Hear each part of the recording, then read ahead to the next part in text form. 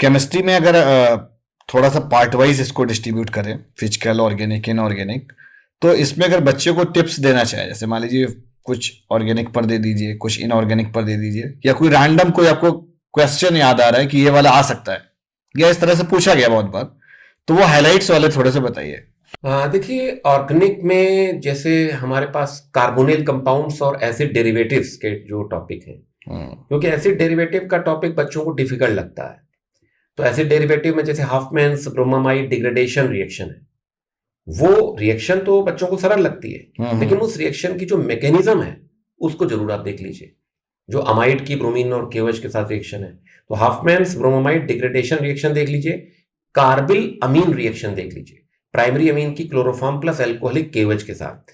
ये दो रिएक्शन जो है इंपॉर्टेंट रिएक्शंस हैं ऑर्गेनिक के पॉइंट ऑफ व्यू से।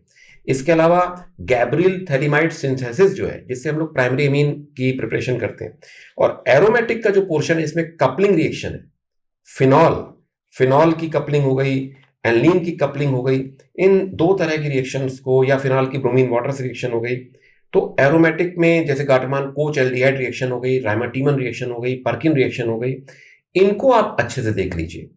और अगर हम एलिफेटिक हाइड्रोकार्बन्स पे आते हैं तो उसमें एल्काइन की जो एसिडिक एच वाली रिएक्शंस हैं, या जो रेड हॉट ट्यूब वाली रिएक्शन है एस्प्लीन से बेंजीन का बनना, या हम लोग ये कह सकते हैं कि जो 1,3 ब्यूटाडाइन है उसमें 1,4 एडिशन से प्रैट कैसे बन रहा है, इस पे आपको ध्यान देना है। और कार्बोनिल कंपाउंड्स में जो NaHSO3 वाली रिएक्शन है, एल्डोल कैनिजारो वाली रिएक्शन है, इनको आप अच्छे से देख लीजिए।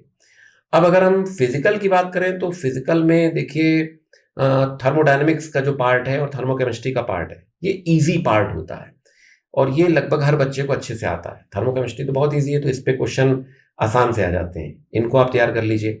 इलेक्ट्रोकेमिस्ट्री भी टफ नहीं है, उसमें कंडक्टेंस वाला पार्ट आपको तैयार करना पड़ेगा, उसके फार्मूले में बच्चे थोड़ी मिस्टेक करते हैं। और केमिकल इक्विलिब्रियम बहुत सरल है ही, लेकिन केमिकल इक्विलिब्रियम को भी अच्छे से आप तैयार कर लीजिए। ये 2-3 टॉपिक जो मैंने बताया, थर्मोकेमिस्ट्री, थर्मोडायनेमिक्स, केमिकल इक्विलिब्रियम और इलेक्ट्रोकेमिस्ट्री, इनको आप थोड़ा अच्छे से तैयार कर लीजिए। और इनऑर्गेनिक में DF ब्लॉक और P ब्लॉक एकदम इंपॉर्टेंट वाले हैं, ये रिपीट करते हैं, मतलब घुमा फिरा के पूछ देते हैं, कभी आगे से और या तो कभी आंसर से क्वेश्चन पे और जो जनवरी मेंस के पेपर्स हैं एक बार उनको जरूर देख लीजिए, उनमें आए हुए क्वेश्चंस में जो कॉन्सेप्ट इस्तेमाल हुए हैं उन कॉन्सेप्ट को जरूर आप चारों तरफ से घेर के पढ़ लीजिए। जैसे आप कोई क्वेश्चन देख रहे हो उसमें कोई कॉन्सेप्ट है तो उस कॉन्सेप्ट को चारों तरफ से घेर के पढ़ लीजिए। और NCERT से केवल आप पढ़िए तो इनऑर्गेनिक केमिस्ट्री, बाकी आप ऑर्गेनिक और फिजिकल के लिए तो जो भी आपके पास नोट्स होंगे प्रैक्टिस करनी रहेगी उसमें। जी जी।